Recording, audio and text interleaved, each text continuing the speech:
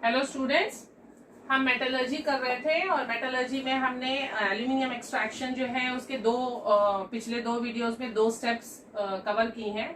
आज हम question answers उसी से रिलेटेड करेंगे जो बहुत कॉमनली पूछे जाते हैं और गिव रीजन में ही बच्चों को ज्यादातर डाउट होता है कि इसका आंसर क्या लिखें, इसीलिए मैं ये एक्सप्लेन कर रही हूँ। सबसे पहले तो पूछा जाता है why is alumina reduced electrolytically. Electrolytic reduction ही हमने क्यों यूज किया? हम कोई रिड्यूसिंग एजेंट यूज कर सकते थे जिससे हम ऑक्सीजन को ले लें और एल्यूमिनियम को सेपरेट कर दें, लेकिन ऐसा पॉसिबल नहीं है। इसका रीजन ये है कि एल्यूमिनियम जो है it is very reactive. Aluminium का जो ऑक्साइड है Al2O3 it is highly stable. ऐसा क्यों होता है? क्योंकि aluminium has very strong affinity for oxygen. ये सब आपके कीवर्ड्स हैं इस आंसर के लिए। Aluminium is very reactive metal, so it's oxide is highly stable because aluminium has very strong affinity for oxygen. Strong affinity for oxygen का मतलब इसने एक दफा ऑक्सीजन को ले लिया तो अब ये छोड़ेगी नहीं, ये अपने पास पकड़ के रखती है, खींच के रखती है। तो कोई रिड्यूसिंग एजेंट ऐसा नहीं है जो उससे उसे छुड़ा ले, इसीलिए हम रिड्यूसिंग एजेंट का इस्तेमाल नहीं कर सकते। तो aluminium is very reactive, alumina is highly stable because aluminium has strong affinity for oxygen and therefore we can not use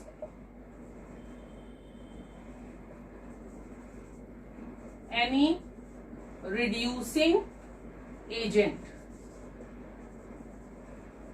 to carry out the reduction and hence it is reduced electrolytically.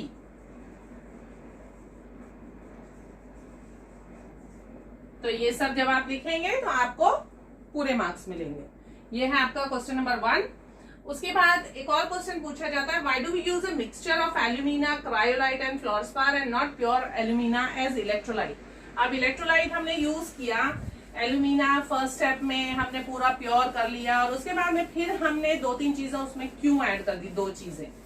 तो उसका reason भी बहुत important है और बहुत दफा पूछा भी जाता है।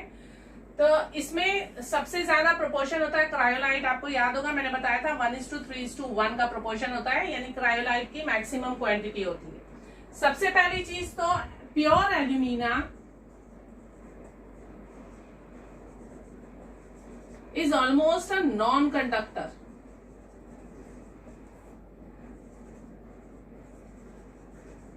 Non-conductor of electricity. तो नॉन कंडक्टर ऑफ इलेक्ट्रिसिटी होगा तो हम इलेक्ट्रोलिसिस कैसे करेंगे? इसीलिए हम इसमें क्या करते हैं, क्रायोलाइट ऐड करते हैं because cryolite enhances the conductivity of the mixture. तो क्रायोलाइट का काम क्या है? इनहांसेस द कंडक्टिविटी। एक तो ये करता है। दूसरी चीज क्रायोलाइट और फ्लोरस्पार जो है दोनों, cryolite and fluorspar enhance the mobility of the mixture.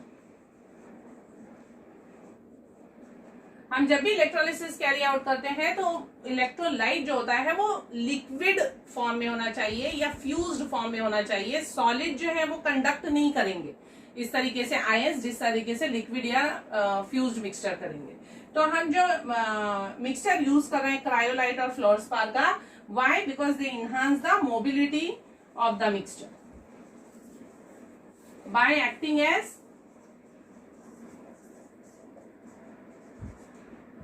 Solvent. तो एक तो कंडक्टिविटी इसकी एल्यूमिना की जो है conductivity it is almost a non conductor of electricity, therefore cryolite is added which enhances the conductivity of the mixture. Cryolite and fluorspar enhance the mobility of the mixture by acting as a solvent.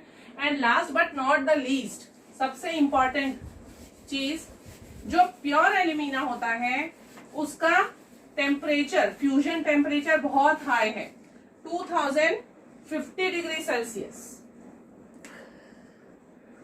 इतना high temperature लाने के लिए lot of energy will be required to maintain this temperature. फिर इस temperature पे जो aluminium हमें obtain होगा, तो एल्यूमिनियम का मेल्टिंग पॉइंट होता है 660 डिग्री सेल्सियस, जिसकी वजह से क्या होगा, इतने हाई टेम्परेचर पे तो मेटल ही वेपराइज हो जाएगा, वोलेटाइज हो जाएगा। वो सब कुछ अवॉइड करने के लिए हमें क्या करना होता है, क्रायोलाइट और फ्लोरस्पार ऐड करते हैं हम, ताकि जो टेम्परेचर है fusion temperature it drops to 950 degree Celsius. तो मिक्सचर का एडिशन क्रायोलाइट और फ्लोरस्पार जो हम ऐड करते हैं उससे क्या होता है, fusion temperature of alumina reduces to 950 degree Celsius. Instead of 2050 degree Celsius, alumina will melt at 950 degree Celsius और फिर जो प्रोसेस है वो कैरी आउट हो जाएगा। तो ये है रीजन कि हमने ये मिक्सचर क्यों यूज किया, कंडक्टिविटी इंक्रीज करने के लिए, मोबिलिटी बढ़ाने के लिए, और सबसे बड़ा रीजन फ्यूजन टेम्परेचर जो इतना हाई है 2050 डिग्री सेल्सियस, उसको हम 950 तक ड्रॉप कर सकते हैं इस मिक्सचर को यूज करने से। तो इस तरीके से हमारा ये सेकेंड क्वेश्चन भी कवर हुआ। अब थर्ड क्वेश्चन है, a layer of powdered Coke is sprinkled over the electrolytic mixture. आपको याद होगा जो सेल है, सेल में कार्बन के रॉड्स डिप्ड हैं और इलेक्ट्रोलाइट है, और यहाँ पे कार्बन पाउडर हमने स्प्रिंकल किया था। कार्बन पाउडर क्या करता है, it prevents the burning of rod, मतलब ये कार्बन की जो रॉड्स हैं, carbon rods, it prevents the burning of carbon rods at the emergence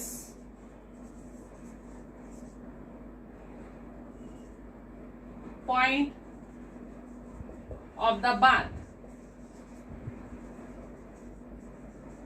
यानी यहाँ पे कुछ टेम्परेचर इतना हाई होने की वजह से कार्बन कहीं it should not catch fire, उसको प्रिवेंट करने के लिए हम कार्बन पाउडर की स्प्रिंकल करते हैं यहाँ पे। दूसरी चीज, इट ऑल्सो, ये एक रीजन है, प्लस एक रीजन है to prevent loss of heat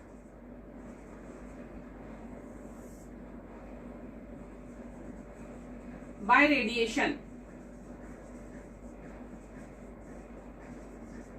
तो ये चीजें जो है आपको याद रखनी है, कुछ की पॉइंट्स, की वर्ड्स आप याद रख लीजिए ताकि आपको गिव रीजन लिखने में आसानी हो।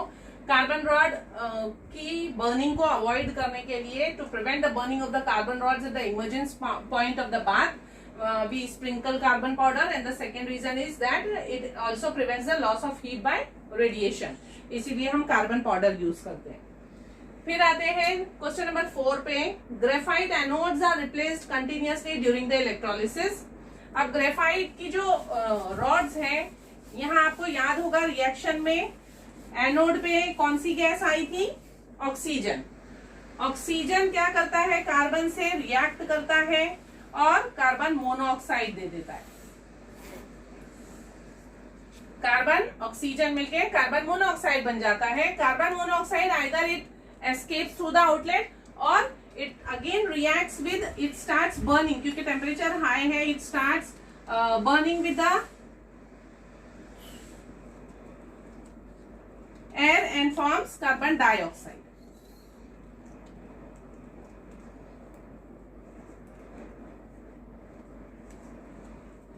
Carbon monoxide reacts with oxygen to form carbon dioxide. तो इस तरीके से जो कार्बन रॉड्स हैं वो हमारी यूटिलाइज हो जाती है कार्बन मोनोऑक्साइड बनने में और कार्बन डाइऑक्साइड बनने में, they get consumed, carbon rods get consumed. और क्योंकि जब ये रॉड्स ही खत्म हो जाएंगी तो हम इलेक्ट्रोलिसिस कैसे कैरी आउट करेंगे, इसीलिए हमें रॉड्स को continuously during electrolysis we have to replace the rods, क्योंकि ये आहिस्ता आहिस्ता कम होने लगेगा इसका size. Carbon gets used up by reacting with oxygen to form carbon monoxide. Sometimes carbon monoxide also reacts with oxygen, again it burns and forms carbon dioxide. So due to these reactions what happens, the carbon rods get consumed and we have to replace them periodically.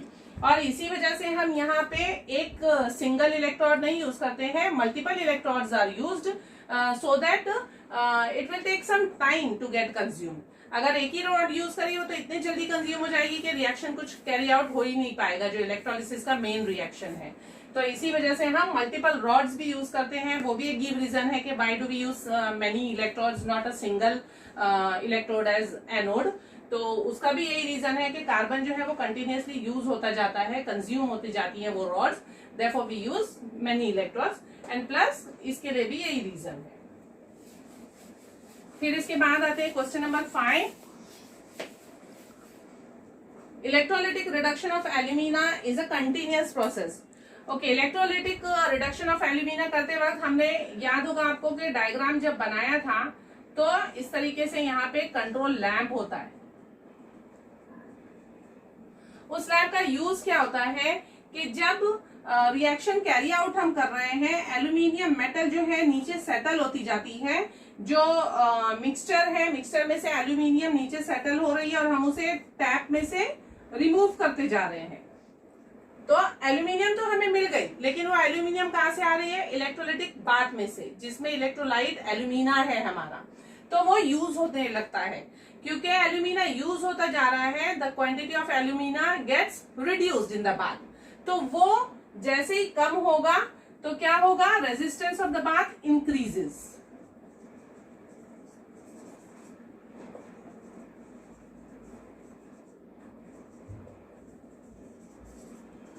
which is indicated by glow in the lamp.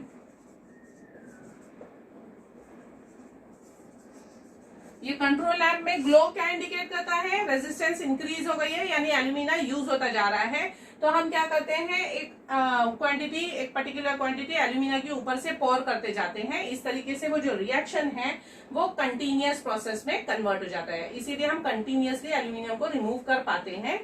तो ये जो reaction है हमारा, ये process जो है हमारा, वो कंटिन्यूअस किस तरीके से हो रहा है? हम जैसे ही हमें यहाँ ग्लो मिलता है, हम मोर एल्यूमिना ऐड कर देते हैं बाद में, और नीचे से जो हम एल्यूमिनियम मेटल सेटल होती जा रही है उसे भी रिमूव करते जाते हैं। तो it becomes a continuous process. तो ये है आपका क्वेश्चन नंबर 5 का आंसर। आई होप आप लोगों को ये सारे भी आंसर्स समझ में आ गए होंगे। इस तरीके से हमारा जो एल्यूमिनियम का एक्सट्रैक्शन है ऑलमोस्ट कंप्लीट हो गया। और अगर कुछ भी डिफिकल्टी या डाउट होगी तो आप मुझे कमेंट सेक्शन में पूछ सकते हैं। Thank you.